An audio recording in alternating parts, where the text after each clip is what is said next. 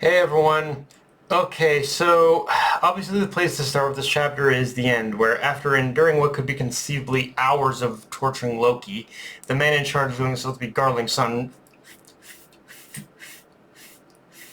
Figerland Shamrock, and the commander of the Holy Knights orders Gunko to contact Marie Joie with the intent to conquer the giants and bring them under the world government's thumb. So yeah, in essence, Elbaf is about to become the site of a holy war with the world government. And in saying all that, there's two things I have to say to this. First, I think it's pretty obvious now why Oda spent so much time showing us the culture of Elbaf and its current views and ideology, and just how Elbaf has embraced peace, which is to say they are not, which is to say that Elbaf is not is not prepared for a war. Is not prepared for a full-on war with the world government. Like they are not.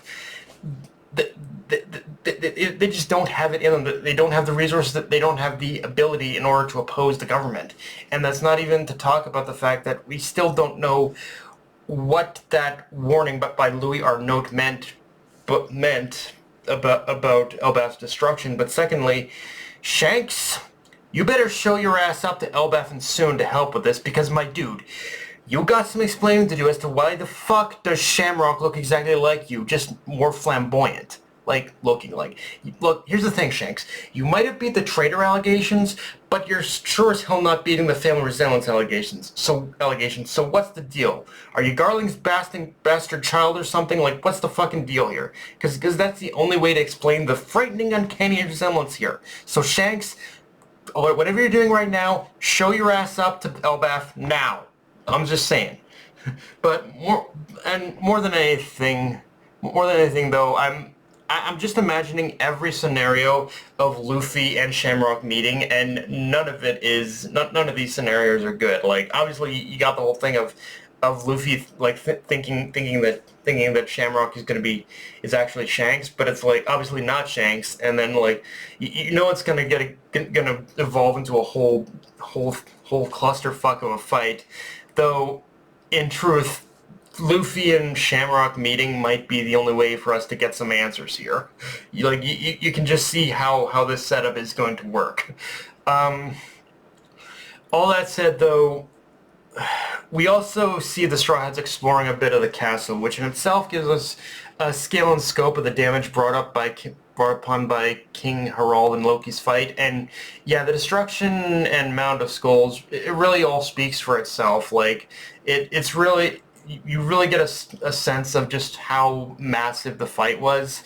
But through that, we also learn more about Harald himself, that he was basically the last of the ancient giants, the last of his kind who were essentially like pretty much the last of who of his kind who were like oars basically, and in order and for Harald to kind of and for Harald in order to show his commitment to the path of peace, the man literally tore out his horns in order to prove this. Like, man is a fucking the man is a fucking badass if he thinks like it's ironic how in order to show like his commitment to peace, he did the most badass thing you could think of, which is literally tearing out like what are essentially body parts to him. Of course, in saying that, this trek also affords a little glimpse into Harudin's past as well, that apparently even though both Harudin and Loki were both born with Harald's blood, by virtue of Harudin being born to a mother from a different nation, it essentially made him a bastard child. But as we see, he still does have the desire to become king. And yeah, however it happens, what are the circumstances, this is all definitely putting Harudin in a position to become king of Elbaf. One way or another, like, Harudin is going to become king. And I think one other thing that's been made clear is that however this arc ends, the Giants, while not abandoning the idea of peace, are definitely going to be faced with a reckoning and have to learn that they do need to somewhat embrace the old ways of war just for the purposes of protecting themselves. And I feel like, and in that saying that, I think one of the core themes about this arc arc is pretty much all about finding that balance between the two extremes, with Loki on one end representing the side of conflict, and Harold and Harudin representing the side of peace, and somehow finding the middle ground between the two extremes in order to see that yes, you can embrace both.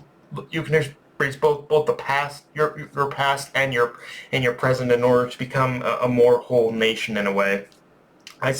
And what we still don't know the full context of what exactly he hopes to achieve after reading this chapter. I'm more inclined to believe Loki will die by making some sort of sacrifice and paving the way for Harudin to become king. Like that, more than anything, that especially feels like something that is likely to happen, because the only other scenario I'm imagining happening by the end of this is Harudin and Loki both survive and become like dual kings, one representing the side of war, one representing the side of peace. But I'm still riding more likely on the idea that Loki is probably going to die by sacrificing himself, and again paving the way for Harudin in order to ascend to the throne.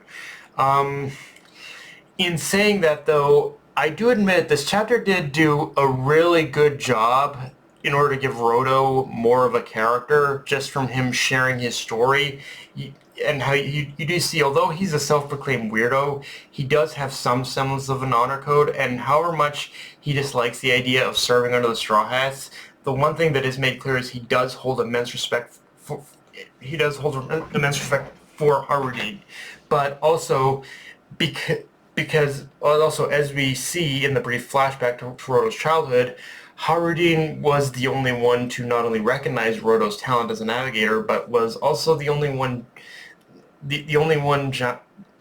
giant to ever really befriend him. When he was a child, like Roto's backstory is very simplistic, and his motives are even more so. But it's one that does work. Like you really see how exactly the kind of character that Roto is through all this, and because it does, because it does continue to show how there are many different kinds of giants, all with their own goals, their skills, their beliefs. Like it does show that even Roto, he is his own person. He is his own. He is his own. He is his own person, regardless of what others may think. And I can't lie, I don't know how possible it is to cover this within the scope of the arc itself, but I would like to one day see us kind of like pretty much explore these other giant nations and just see how they differ from Elbaf. Again, I don't know if that's possible to cover in this arc, but maybe somewhere down the line as part of another arc we'll see it. I don't know. But yeah, guys, that's pretty much all I got for this review. If you enjoyed the video, like, comment, subscribe, follow me on Blue Sky, and on this Crunchyroll, push the notification bell with the subscribe button, and just share the video around, guys. Dark Knight of Night signing off. Later, everyone.